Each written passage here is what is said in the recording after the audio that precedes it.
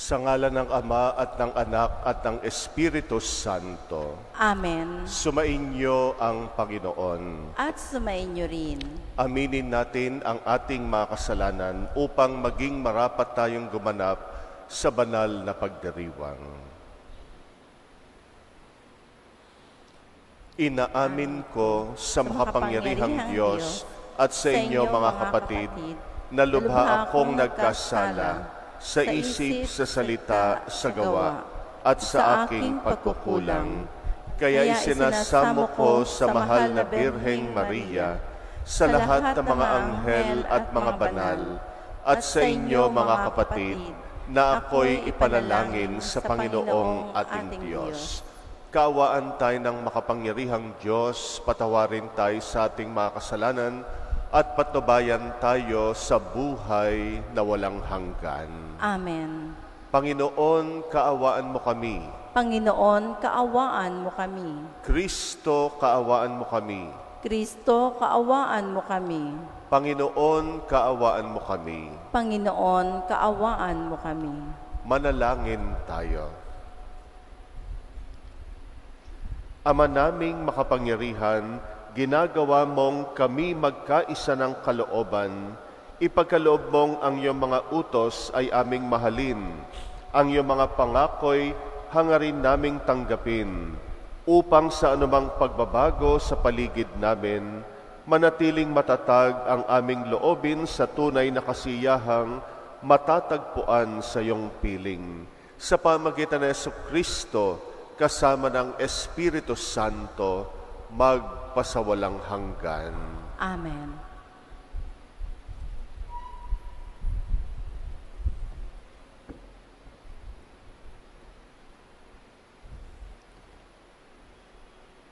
Pagbasa mula sa unang sulat ni Apostol San Pablo sa mga taga-Tesalonika. Tiyak natatandaan pa ninyo, mga kapatid, kung paano kami gumawa at nagpagal araw-gabi para hindi kami maging pasanin ni numan. Samantalang ipinahayag namin sa inyo ang mabuting balita.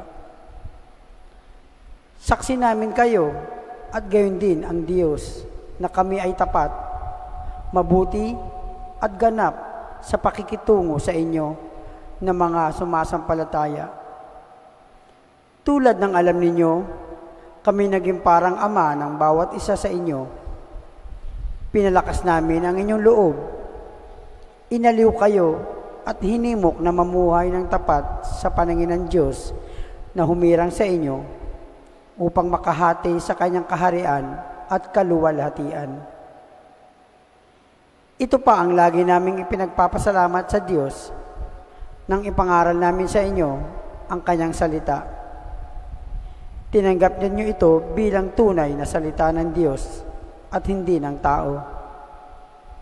Ano pa ang bisa nito'y nakikita sa buhay ninyong mga sumasampalataya?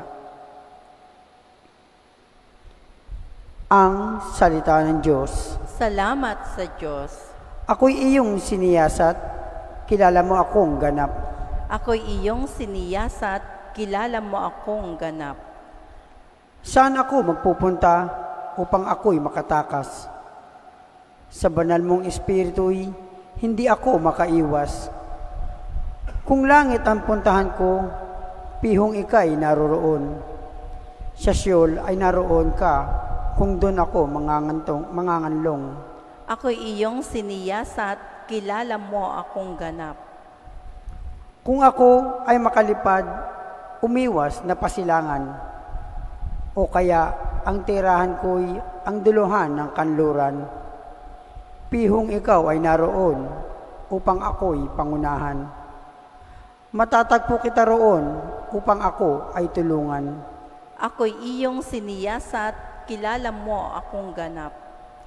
Kung ang aking pagtaguan ay ang dilim ng pusikit, padiliming parang gabi ang liwanag sa paligid. Maging itong kadiliman sa iyo ay hindi dilim, at sa iyo yaong gabi parang araw na maningning. Ako'y iyong siniyasat, kilala mo akong ganap.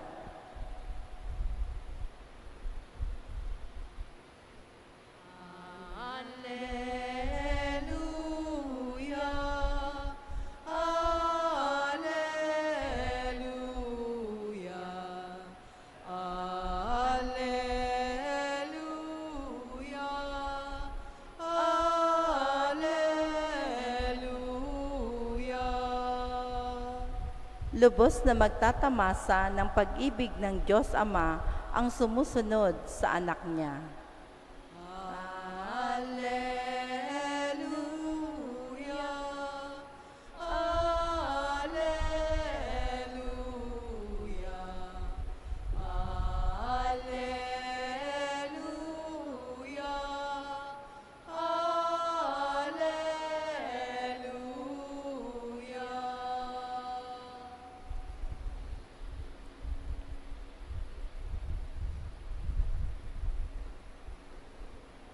Sumainyo ang Panginoon. At sumainyo rin. Ang mabuting balita ng Panginoon ayon kay San Mateo. Papuri sa iyo, Panginoon. Noong panahong iyon, sinabi ni Jesus, "Kaawa-awa kayo, mga eskriba at mga pariseyo, mga mapagpaimbabaw. Ang katulad ninyo ay libingang pinaputi, magaganda sa labas, ngunit sa loob ay puno ng kabulukan at buto ng mga patay. Ganyang-ganyan kayo. Sa paningin ng tao ay mabubuti kayo, ngunit ang totoo, punong-puno kayo ng pagpapaimbabaw at kasamaan. Kaawa-awa kayo mga eskriba at mga pariseyo, mga mapagpaimbabaw. Ipinagtatayo ninyo ng mga libingan ang mga propeta at ginagayakan ang mga puntod ng mga taong namuhay ng matuwid. At sinasabi ninyo, kung kami sana'y nabuhay sa kapanahunan ng aming mga ninuno, hindi namin ipapapatay ang mga propeta. Sa sinabi niyong yan, inaamin ninyo na kayo nga ay mga anak ng nagpapatay sa mga propeta. Sige, tapusin ninyo ang pinasimulan ng inyong mga ninuno." Ang mabuting balita ng Panginoon. Pinupuri ka namin, Panginoong Hesukristo. Mahal natin yung mga libingan ng mga mahal natin sa buhay na pumanaw na. Kaya pag dumarating ang Todos los Santos, ay inaayos natin yung mga libingan. At karamihan, pinipinturahan natin ng puti para maging maganda sa paningin. Sapagkat alam natin, sa loob ng mga libingan, naroroon ang mga labi ng mga mahal natin sa buhay. Kaya pagka Todos los Santos, napakaganda ng mga sementeryo, lalo na kapag napinturahan ng puti. Sa Ebanghelyo natin ngayon, ginamit ni Jesus ang mga libingang pinipinturahan ng puti, ginamit niya ito sa negatibong paraan. Ikinumpara niya yung pagpapaimbabaw ng mga pariseyo at mga eskriba sa mga libingang pinipinturahan ng puti. Yung kanilang pagiging ipokrito, yun ang kahulugan ng pagiging mapagpaimbabaw. Sabi ni Jesus sa mga eskriba at mga pariseyo, katulad kayo ng mga libingan na pinipinturahan ng puti. Maganda sa panglabas, pero alam naman natin sa loob ng libingan ay kabulukan. Nabubulok yung bangkay ng mga pumanaw na. Bagamat siyempre, ginagalang natin yung mga labi na mga mahal natin sa buhay, pero kung titingnan sa negatibong paraan, ang laman ng mga libingan ay walang iba kung hindi kabulukan. At ito ay kabaligtaran ng nakikita sa labas.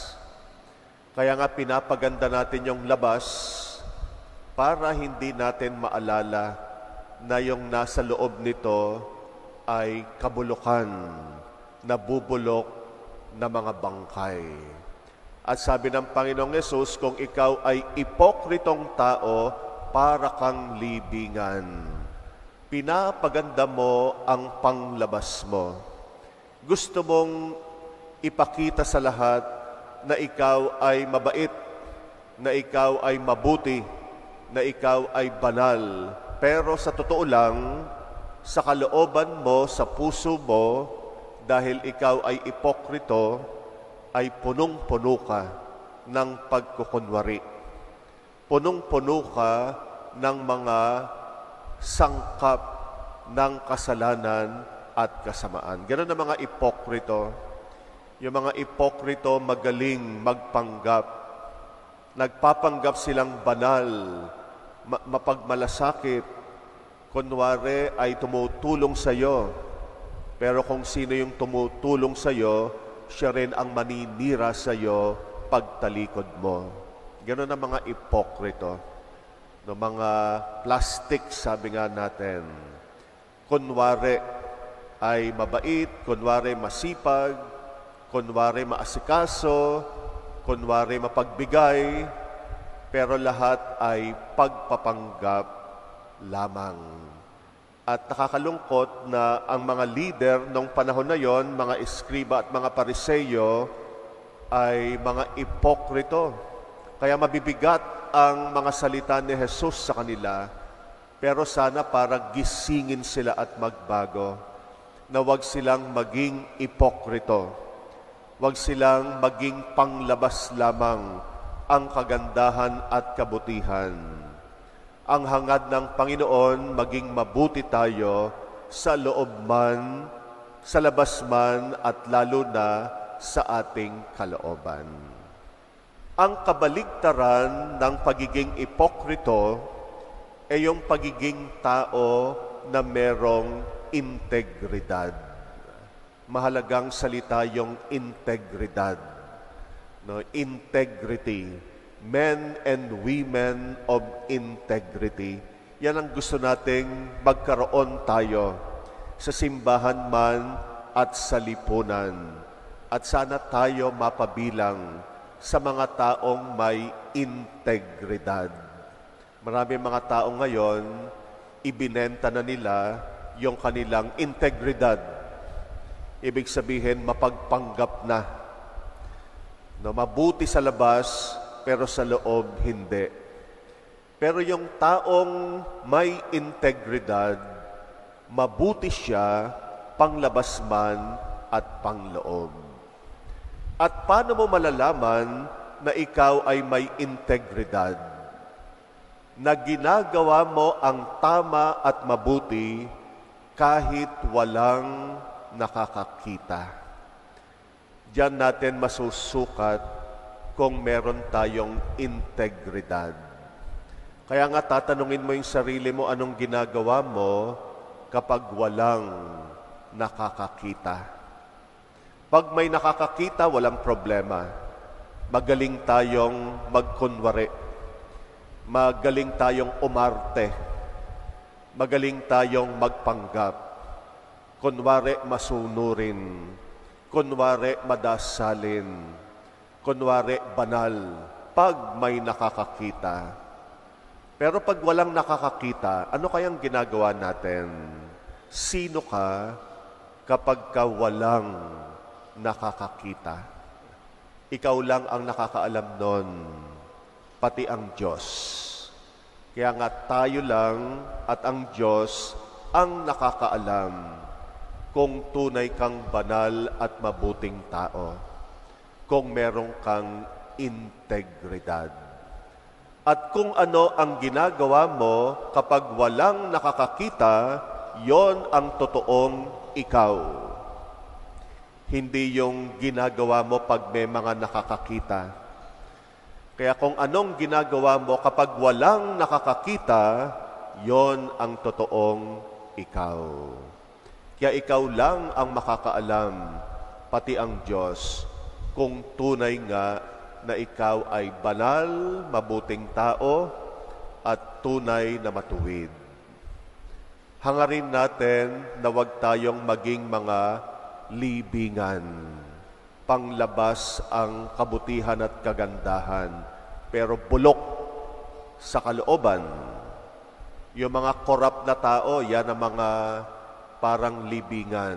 Tamang-tama yung pangalan na korap, ibig sabihin bulok. Bulok sa loob, pero yung panglabas, maganda. Yung maraming mga politiko na korap, ganyan, ano? Gagaling magsalita, gagaling mangako, at akala mo talagang concerned, pero bulok ang kalooban. Marami rin sa ating ganon, korap, bulok sa loob, pero sa panglabas ay akala mo kung sinong santo santita. Pero sana ay hangarin natin na maging malinis ang kalooban natin.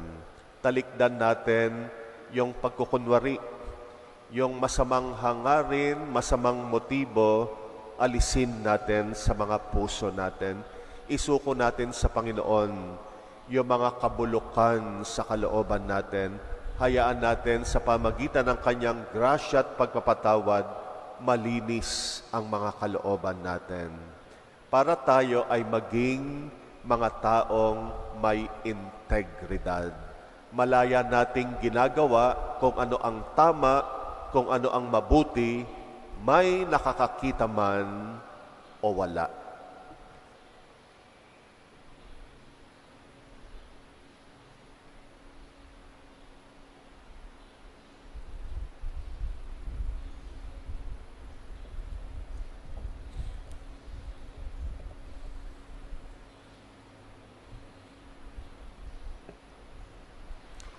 Hilingin natin sa Panginoon na tulungan tayong maging tapat sa ating mga kilos.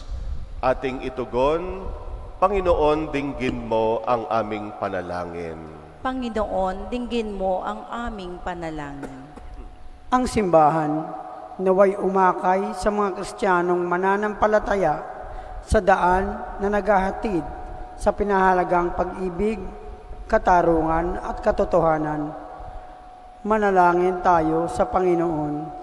Panginoon, dinggin mo ang aming panalangin. At tinawang maiwasang gumawa ng mga bagay dahil lamang sa ating pagnanasang tumulat sa karamihan o dahil sa ating pagkukunwari. Manalangin tayo sa Panginoon. Panginoon, dinggin mo ang aming panalangin. Ang mga nawala ng pag-asa dahil sa ating masamang pakikitungo at pag-uugali, naway manumbalik sa pagsamba sa Diyos sa pamamagitan ng ating pagbabagong buhay. Manalangin tayo sa Panginoon. Panginoon, dinggin mo ang aming panalangin. Ang mga may sakit, naway makita ang mapagpagaling na kamay ng Diyos sa kanilang mga dinaranas na mga pagsubok at paghihirap. Manalangin tayo sa Panginoon. Panginoon, dinggin mo ang aming panalangin.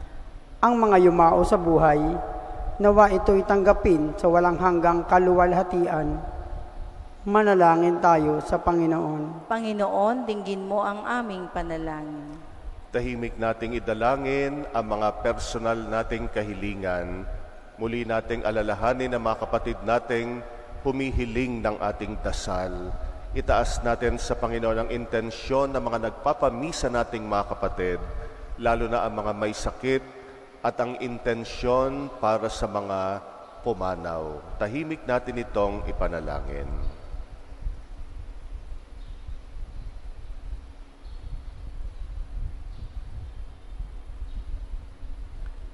Ama, tulungan mo kaming sambahin ka ng may katapatan sa aming puso at makalapit kami sa iyo sa Espiritu at sa katotohanan. Hinihiling namin ito sa pamagitan ni Kristong aming Panginoon. Amen.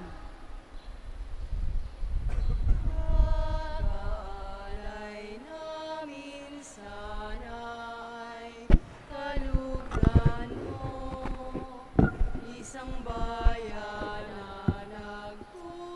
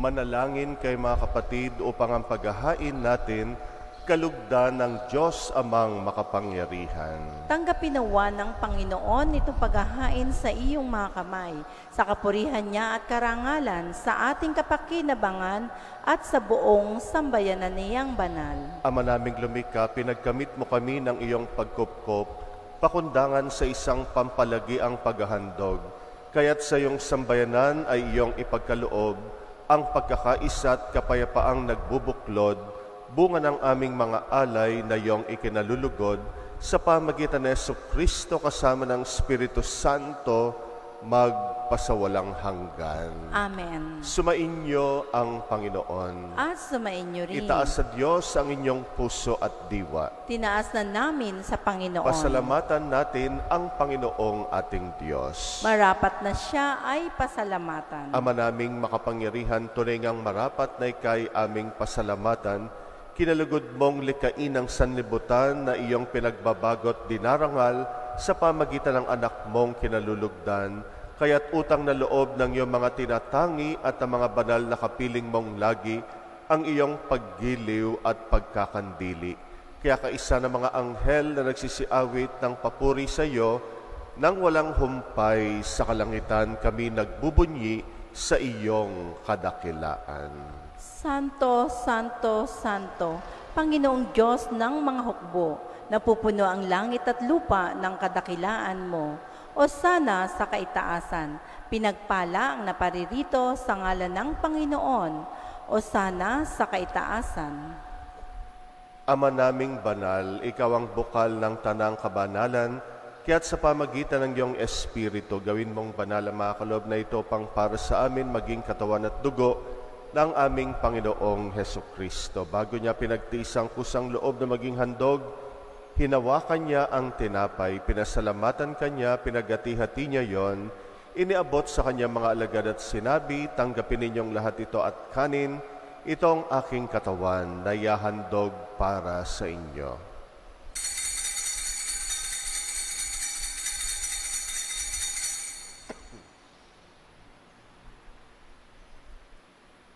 Gayun din naman nung matapos ang hapunan, hinawakan niya ang kalis, muli kanyang pinasalamatan, iniabot niyang kalis sa kanyang mga alagad at sinabi, tanggapin ninyong lahat ito at inumin, itong kalis ng aking dugo, ng bagot walang hanggang tipan, ang aking dugo na ibubuhos para sa inyo at para sa lahat sa pagpapatawad ng mga kasalanan. Gawin ninyo ito sa pag-alala sa akin.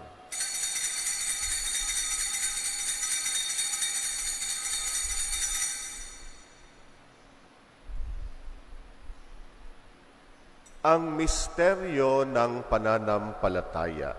Si Kristo ay gunitain, sarili ay inihain, bilang pagkait inumin, pinagsasaluhan natin, hanggang sa siya'y dumating. Ama, ginagawa namin ngayon ang pag-alala sa pagkamatay at muling pagkabuhay ng iyong anak. Kaya tinaalay namin sa iyong tinapay na nagbibigay buhay at ang kalis na nagkakalob ng kaligtasan.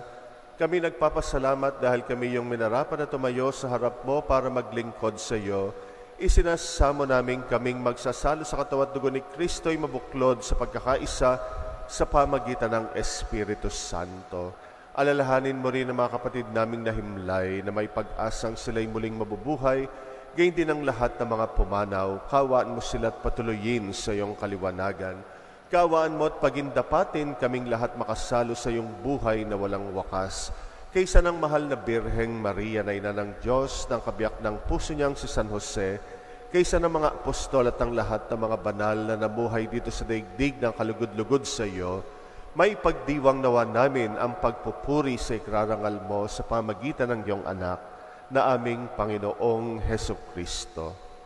Sa pamamagitan ni Kristo kasama niya at sa Kanya, ang lahat ng parangal at papuri ay sa iyo, Diyos Amang makapangyarihan, kasama ng Espiritu Santo magpasawalang hanggan. Amen. Amen. Amen. Amen. Manalangin tayo sa ating Ama sa Langit, alinsunod sa turo sa atin ng Panginoong Hesus. Ama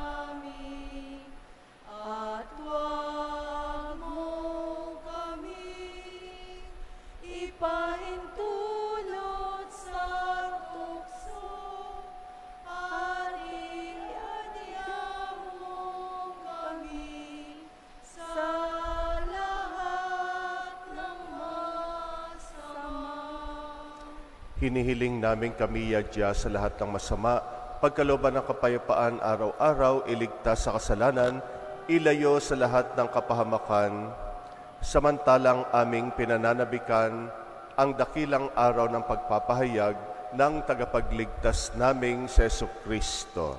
Sapagkat iyo ang kaharian, ang kapangyarihan at ang kapurihan magpakailanman. Amen. Panginoong Jesucristo, sinabi mo sa iyong mga apostol, kapayapaan ang iniiwan ko sa inyo, ang aking kapayapaan ang binibigay ko sa inyo. Tunghayan mo ang aming pananampalataya, huwag ang aming pagkakasala. Pagkalooban mo kami ng kapayapaan at pagkakaisa ayon sa iyong kalooban, kasama ng Espiritu Santo, magpasawalang hanggan.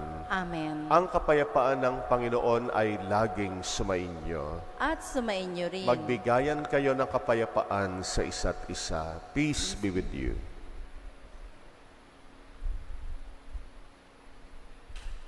Kordero ng Diyos, na nag-aalis ng mga kasalanan ng sanlibutan, maawa ka. Kordero ng Diyos, na nag-aalis ng mga kasalanan ng sanlibutan, maawa ka.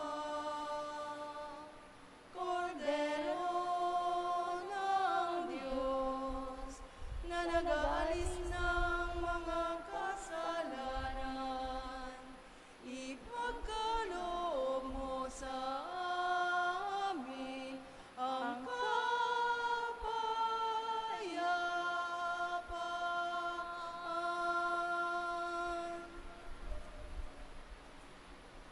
Narito ang kordero ng Diyos na nag-aalis ng mga kasalanan ng sanlibutan, mapalad ang mga inaanyayahan sa kanyang piging. Panginoon, hindi ako karapat-dapat na magpatuloy sa iyo, ngunit sa isang salita mo lamang ay gagaling na ako.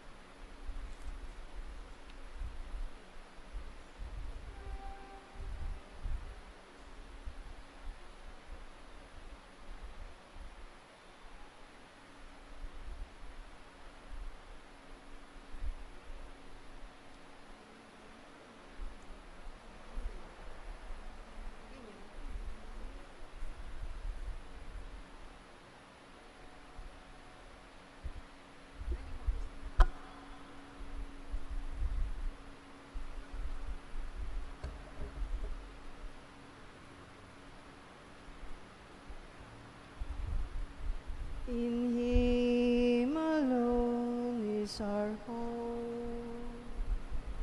In Him alone is our strength.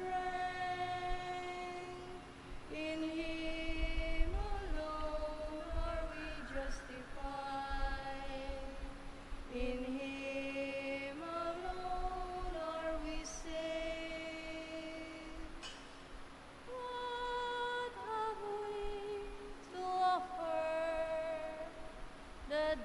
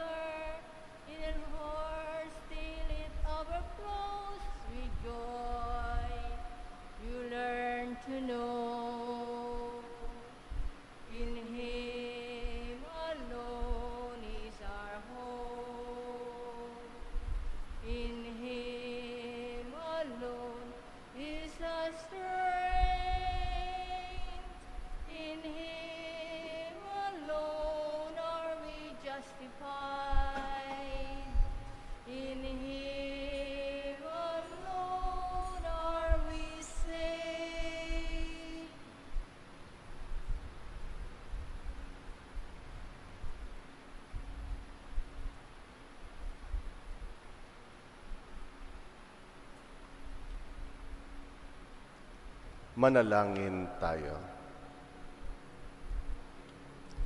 Ama naming mapagmahal, lubusin mo sa amin ang kagalingang bigay ng iyong pag-ibig na ngayoy pinagdiriwang at kami naway magkaroon ng ganap na kaunlaran upang sa lahat ng aming pinagkakaabalahan, ikay aming mabigyang kasiyahan. Sa pamagitan ng Jesucristo kasama ng Espiritu Santo, magpasawalang hanggan. Amen. Sumainyo ang Panginoon. At sumainyo rin. At pagpalain kayo ng makapangyarihang Diyos, Ama at Anak at Espiritu Santo. Amen. Tapos na ang ating misa, humayo kayong taglay ang kapayapaan ni Kristo. Salamat sa Diyos.